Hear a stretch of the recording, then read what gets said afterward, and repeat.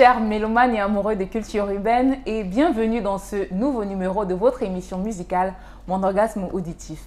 L'artiste camerounais que nous accueillons aujourd'hui a été révélé au grand public à travers le show The Voice Afrique.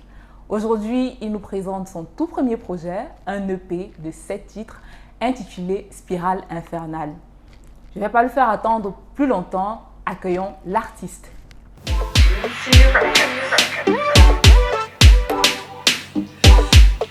Salut Siful et bienvenue dans l'orgasme positif. Il n'est Dieu que pour moi. Il n'est Dieu que pour moi. Il n'est Dieu que pour moi. Laissez-la, c'est la vie, la vie. Il n'est Dieu que pour moi. Et j'affronterai les problèmes du moment qu'elle m'aime. Bonjour Foul. Bonjour, C'est un plaisir pour moi de t'avoir sur le plateau de Mon orgasme auditif. plaisir partagé. Tu vas bien? Très bien, ça n'a pas l'air mais ça va, tranquille. Alors, tout d'abord, tu as été révélé au public camerounais et même international à travers le show de Voice Afrique, Ouais. où tu as d'ailleurs rencontré Singila qui t'a par la suite signé. Qu'est-ce que tu retiens de cette aventure? Je veux dire, c'était l'opportunité de ma vie, quoi. C'est grâce à ça qu'aujourd'hui j'évolue dans la musique. J'ai beaucoup appris en tout ce qui était gestion de la scène, même tout ce qui était tout ce qui est un peu technique, c'est-à-dire gestion de la caméra, etc. Et naturellement, bah, ça paye toujours de travailler, de côtoyer, pas seulement Singila, les autres coachs avec qui on s'entend très bien. Et voilà quoi, on apprend de ceux qui l'ont déjà fait pour pouvoir faire aussi après. Alors, une belle et enrichissante expérience, mais avant ça, qui étais-tu artistiquement? Ah, honnêtement, je sais pas. Je sais vraiment pas. J'étais ce petit garçon qui était en fac, dans sa chambre tranquille, qui écoutait des vidéos sur YouTube à tort et à travers. J'avais même pas de télé. Enfin, j'avais la télé, mais j'ai dû renvoyer la télé parce que ça me servait à rien. Et je passais mon temps à regarder toutes les émissions télé, The Voice, de tous les pays du monde, X Factor, etc. Sur mon ordinateur. Donc c'était vraiment mon quotidien. Et voilà, je chantais beaucoup en anglais aussi. D'accord. Ouais. Donc c'était plus ou moins ça, hein, rien de spécial. J'étais un gamin comme tous les autres. Tu participais à des compétitions? Non, du tout. J'ai participé par contre au Beamster Challenge. D'accord. Bien avant, peut-être des mois avant même de Voice. Ok. Et je pense que c'est Beamster en fait qu'on me connaît de façon Et ça te nationale. permet de pouvoir... Pour pouvoir faire de Voice après. Donc ouais, j'ai eu à faire quelques petits trucs vite fait, mais sans vraiment calculer si je voulais faire carrière ou pas. C'était juste parce que voilà, c'était pour perdre du temps, etc. Et après Voice Afrique, aujourd'hui, tu nous présentes ton tout premier projet, Ouais. un EP, Ouais. Spirale Infernale. Sur la pochette, on te voit tout de blanc vêtu avec un bandeau rouge sur les yeux. Quelle est la symbolique derrière Alors, je suis parti sur un thème noir, blanc, rouge. Le blanc, c'est pour le nouveau. Le noir, c'est l'ancien. Oui. Et le rouge, c'est un peu le milieu. Et au final, bah, le rouge, c'est un peu c'est un peu ce qui maintient le blanc au noir. Ok. Donc, c'est ce petit truc que je dois débander pour pouvoir avancer. Donc, c'est un peu ça, c'est un peu ce que cette pochette signifie, vous voyez les couleurs. Le blanc, le rouge et le noir. noir. Alors, le Le noir. noir, c'est mon passé. Le blanc, c'est le futur. Et le rouge, c'est un peu ce qui racole, qui racole les deux mondes en fait. D'accord. Et pour d'accord. moi, à titre personnel, j'ai besoin de décoller le bandeau parce que c'est le bandeau en fait qui... Le bandeau signifie pour moi quand on me guide. Tu vois. D'accord. Je me laisse guider, etc. Bon, maintenant, à un moment, il faut que j'ouvre les yeux et tout devient blanc pour moi. Et justement, lorsqu'on écoute ton projet, il y a beaucoup d'amour. Ouais. Beaucoup d'amour, comme dans le titre Plus que jamais, mais de l'amour exprimé d'une certaine manière, parce qu'on ressent également beaucoup de souffrance En effet. et de douleur En effet. globalement sur chacun des titres. Est-ce ton univers? En effet, c'est mon univers. J'ai choisi de ne pas exprimer les choses un peu comme tout le monde le fait. J'aime bien le fait qu'il y ait de la complexité dans ce que je dis, qu'il y ait qu'il y ait beaucoup de mélancolie surtout. C'est-à-dire que dans la plupart des chansons de l'EP, tu as ces deux extrémités là en fait. Ça va très mal, ça va très bien, mais même quand ça va mal, tu ne peux pas te détacher de la personne. Et je pense que c'est une situation que beaucoup le vivent sans le savoir. Et voilà, je me dis que je devrais en parler plus souvent. Alors, justement, dans ton univers, c'est un univers très puriste de chanteur R&B, tel que tu le dis si bien. Et on dirait qu'au sorti de ton séjour avec JC Records, tu avais vraiment envie de montrer qui tu es en réalité. Un peu, un peu. Après, quand tu décides de laisser le père et que tu décides de te lancer, de voler de tes propres ailes, bah, faudrait pas que le père se dise en fait que Vraiment tu m'as laissé pour ne rien faire. Ouais. Là, il serait même encore plus vénère. Ouais. Parce que c'est clair que c'est pas facile, surtout en indépendant. Mais je me suis dit, bah, j'ai bien envie d'essayer quelque chose de nouveau. Et je pense que pour le moment, je suis plutôt bien parti. Alors, un projet où tu fais vraiment de la musique que tu aimes, Ouais. de la musique qui te plaît, pour un public qui, celui qui est intéressé va s'intéresser Ouais. et non pour faire la musique que tout le monde attendra au final. En c'est ça? effet, c'est tout à fait ça. Alors, globalement, comment est-ce que tu voudrais qu'on te perçoive entre Singila et ou encore Billie Eilish? C'est vrai que je sais pas comment tu as fait pour savoir que j'aimais Billie Eilish, mais c'est bien, tu as fait de très bonnes recherches. J'aimerais qu'on me perçoive comme moi, au final. J'aimerais, ça va prendre beaucoup de temps. Je ne demande pas à ce que ce soit maintenant. Déjà, je ne peux pas l'imposer parce que la vie, c'est comme ça. Ça prend beaucoup de temps pour pouvoir instaurer sa propre personnalité artistique. C'est comme ça, on se définit avec le temps. Donc, je vais sortir beaucoup de projets, mais vraiment beaucoup de projets. Et on verra. Moi, je me contente de juste faire ce que je pense, de transmettre l'émotion au maximum et de toucher les gens comme je peux toucher. Pour moi, c'est le plus important. Alors, un chanteur très mélancolique, Ouais, très. mais globalement, lorsqu'on écoute également ton EP, il y a une certaine diversité. Du Makossa avec Sandrine Ouais. Nanga, on a également de la rumba Ouais, sur T'aimer c'est souffrir. Donc une grosse diversité au final dans ce premier projet. Ouais, parce que en fait, certaines personnes vont qualifier mon style de base comme n'étant pas très afro. Ok. Pourtant, moi, aujourd'hui, bah, je revendique beaucoup ce côté-là. Surtout le petit côté Makossa. Pour l'album, par exemple, je prévois beaucoup de sonorités un peu plus bensikin, par exemple. D'accord. Moi, je suis beaucoup dans l'expérience musicale, en fait. D'accord. Je ne veux pas me mettre de cases. Je me dis, on n'est plus en phase de musique pour les Camerounais. On doit maintenant faire de la musique pour être assez compétitif à l'international. Et maintenant, on n'oublie pas qu'on est Camerounais. Du coup, on essaie de prendre notre culture pour pouvoir avoir ce standard-là. Ça veut dire qu'on essaie de faire vraiment le bon métissage. C'est ce que tout le monde fait. Oui. Et voilà, il faudrait qu'aujourd'hui, les Camerounais comprennent que la musique ne se limite pas qu'à nous, quoi. Parce que si ça ne se limite qu'à nous, ce serait bien dommage. Une musique que tu veux internationale et dans ce projet de featuring, Ouais. l'idole, la slameuse et Sandrine Nanga, on l'a dit tout à l'heure. Pourquoi uniquement ces deux femmes dans ce projet? Bon, c'était pas calculé, hein. C'était pas calculé.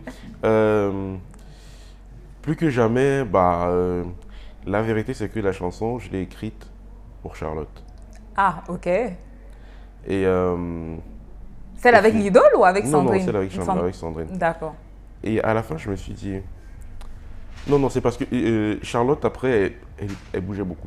Ok. Donc, du coup, on n'a pas pu se capter. On s'est dit, bon, on garde notre collaboration pour un peu plus tard. Elle m'a dit, ok, c'est quand tu veux. D'accord. Je suis là dès que je me pose, on l'a fait.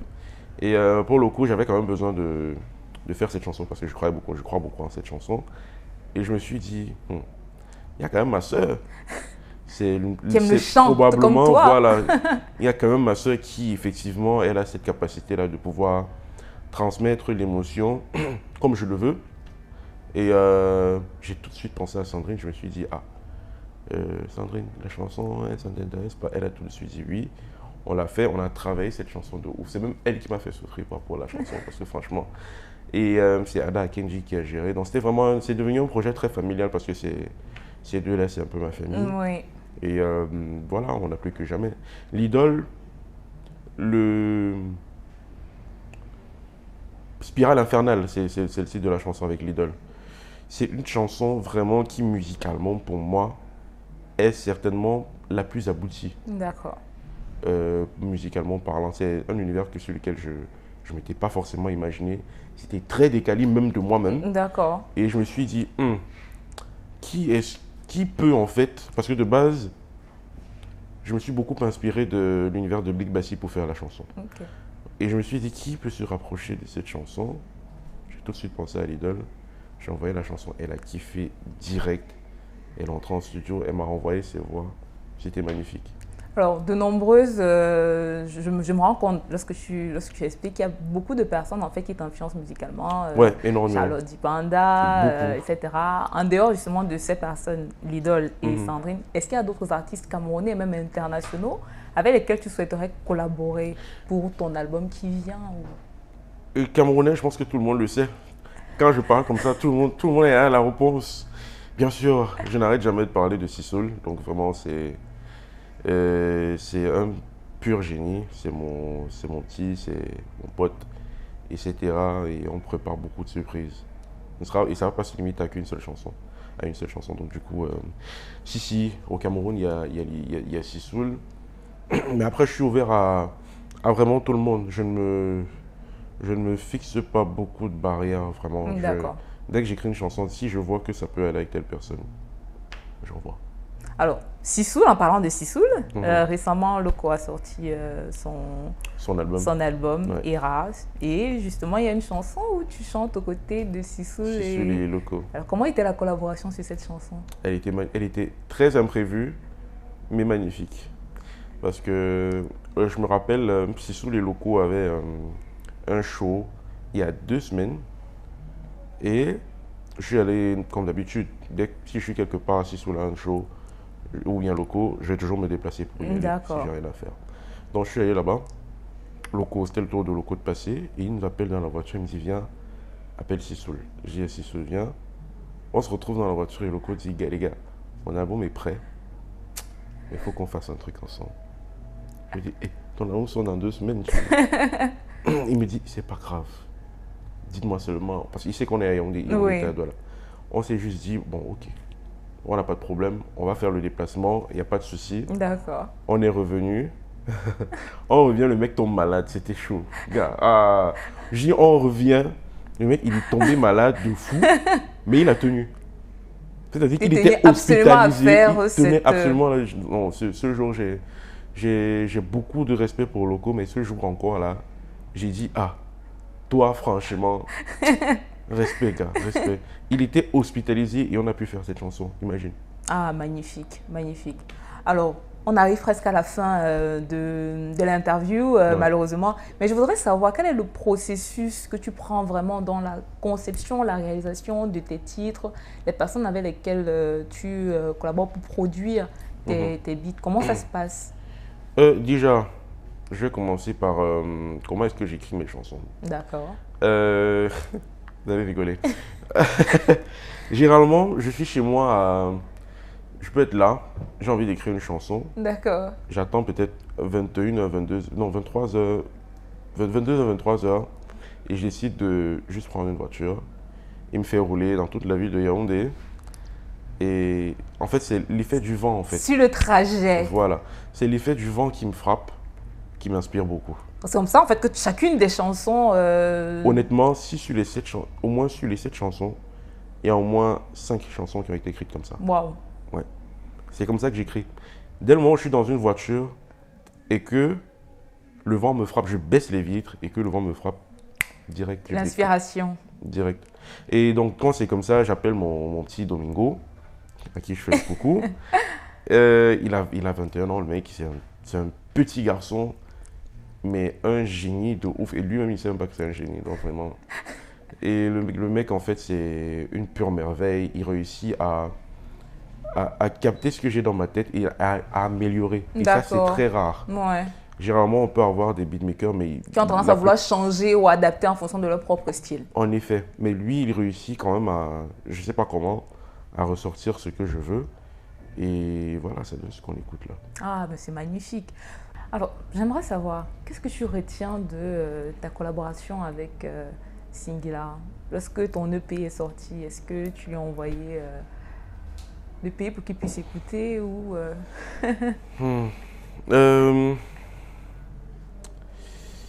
C'était c'était très bien. L'expérience de ma vie, forcément, c'est lui qui m'a c'est lui qui a fait celui que je suis aujourd'hui.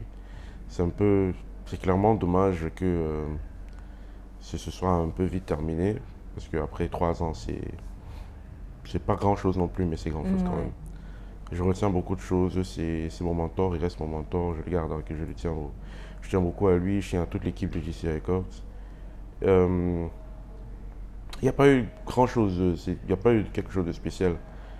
Le contrat est fini et j'ai jugé que fallait que j'explore autre chose.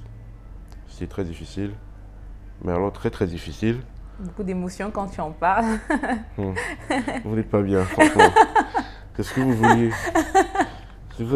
Oh putain. Bref. Non, c'était cool. C'était. Maintenant, s'il a écouté le P, en tout cas, j'espère que oui. Je pense que oui. Ok. Parce que je l'ai envoyé à Dave. Et j'espère qu'il a aimé et qu'il est fier de ce que je deviens. Ah, on l'espère aussi. Je suis sûre que c'est le cas. Ouais. Un projet, premier EP, 7 titres. Ouais. Mais il faut qu'on sache quel est le titre qui, pour toi, est ton orgasme auditif et pourquoi? Je vais dire ça fait mal. Le titre ça fait mal, je pense que c'est la 4e piste. Oui. 4e ou... Non, c'est 3e. C'est 3e.